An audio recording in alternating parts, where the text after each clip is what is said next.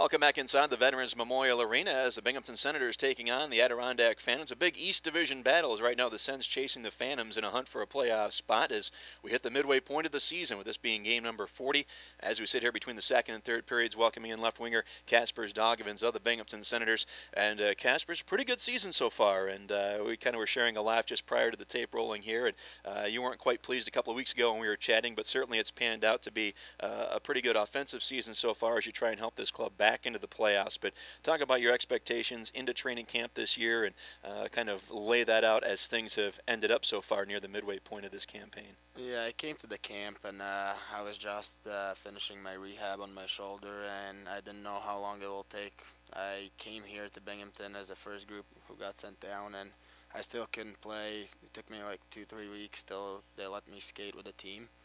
And then coach put me in a fourth line with Yabo and Spence, so I tried to do like we were an energy line, and I played well and moved up a couple lines, and now I'm playing in the second line with Henny and Condra, and it's going well for us. We're second power play unit, which is good for me to play some power play because I played a lot in junior, and trying to help the team out, score some goals in like those 20-30 seconds we have left in power play. Well, you've certainly done well so far, and 11 goals so far and 21 points for the Binghamton Senators heading into this weekend's play against Adirondack here this evening, and tomorrow night the Bridgeport Sound Tigers coming in. Now, you talked about the year starting off fourth line and maybe working your way up to the third line, eventually now settling on the second line.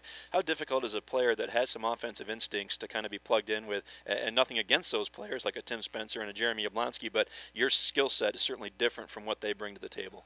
I think I'm one of those players who can play both, like offense and defense, and can use my body, which I'm pretty heavy, so I can run some Never heard many guys admit that. I'm pretty heavy. Yeah, so I can run over some guys too, and I thought I can play physical and I can play skilled game same time, and maybe that's why I moved up. Now, you mentioned earlier playing with Eric Condra and Josh Hennessy. For the most part, you've had that bit of success, and Josh Hennessy with the Player of the Week award going back maybe a little over a month ago, and certainly you had something to say about the success being a part of that line, but also scoring a good number of goals so far this year. What do you think that those two line mates combined with your talents, what are some of the attributes that you bring? Why has that line been successful? Like we have Henny, who is a really skilled guy and sees the ice well, and then me and Condra, we're young guys, and we kind of create more energy in our line, and I'm trying to pick up loose pucks in front of net, which I'm trying to do well. Oh, we talked earlier about the numbers you put on the board this season, Kaspars, but certainly when you look back at your junior career playing with the Mississauga St. Mike's Majors, certainly over your 3-year run in the Ontario Hockey League, just a little bit over a point a game, so you certainly come here with offensive credentials. Talk about the transition. I said before we started this interview, it seems like you're one of these guys that's you've been around here a lot more than you have, but bits and pieces of your last 2 junior seasons, this your first full-time year in the AHL, but talk about that transition and what are some of the bigger obstacles to overcome in making that jump? I think the guys in this league are way bigger and stronger, and I can't say Ontario Hockey League was slow or anything like that, but it kind of feels different when you hear and like some guys are twice as big as some players in junior, and like you better keep your head up all the time, and like you don't have as much time like in junior. You get a puck and you have 5 seconds like to think of your next move. Here it's like you get a puck, you have a second to move it, and I think that's like the biggest difference, but there's not much difference. It's fast hockey, physical, and same as a junior.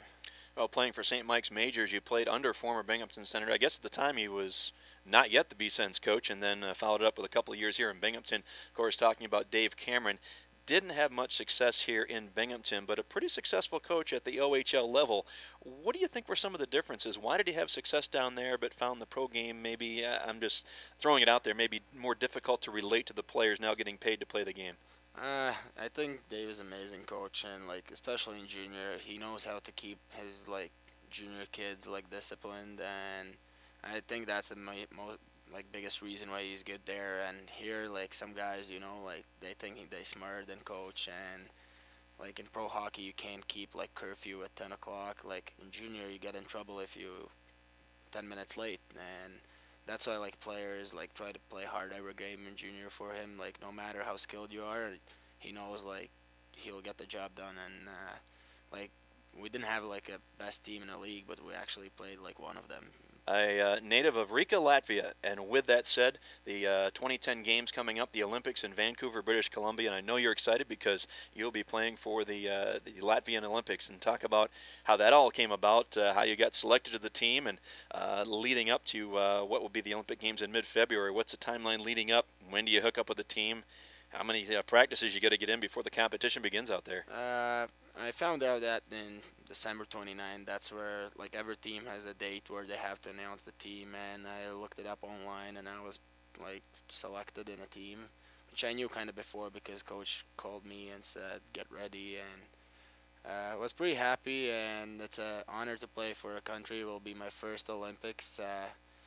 I was last Olympics, so kind of sad, but I was only 17, so it'll be a good chance to play against big teams, which is pretty much all NHL players in most of them, and it will be like they'll be watching me, and if I do well, it's kind of a little sign to Ottawa as well, like if I'm ready to play in NHL or not.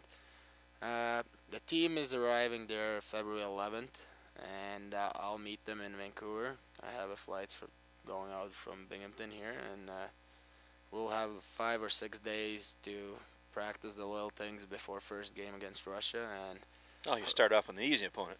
yeah, hopefully we can surprise some of them, and because big teams sometimes don't evaluate like teams like Latvia that we have only 2 NHL players. Oh, very good. Well, Kaspars, good luck in the upcoming Olympics, and once you come back, continued success here in Binghamton. Thank you.